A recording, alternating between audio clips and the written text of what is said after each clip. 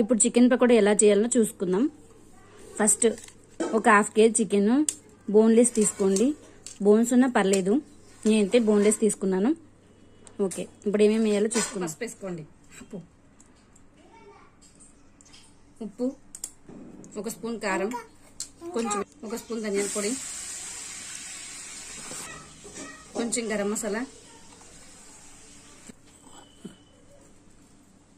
కొంచెం అల్లం వెల్లుల్లి పేస్ట్, కొంచెం కార్న్ఫ్లోర్, కొంచెం శనగపిండి ఇట్లా కట్ చేసుకొని వేసుకోండి.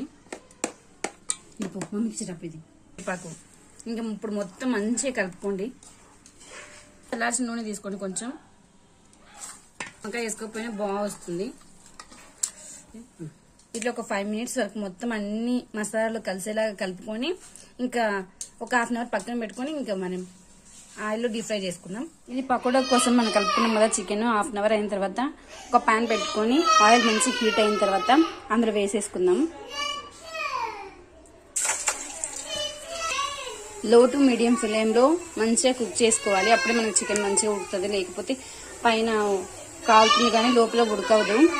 ఓకేనా, ఈ విషయం గుర్తుపెట్టుకోండి. బాగా ఉడికింది, లోపల కూడా మంచిగా ఉడికింది, ఇట్లా కాలిపోతుంది. ఇంకా అంతే ఫ్రెండ్స్, సూపర్ ఉంటుంది టేస్ట్. మీరు కూడా కొంచెం తప్పకుండా ట్రై చేయండి. టేస్ట్ అయితే వేరే లెవెల్గా ఉంటుంది.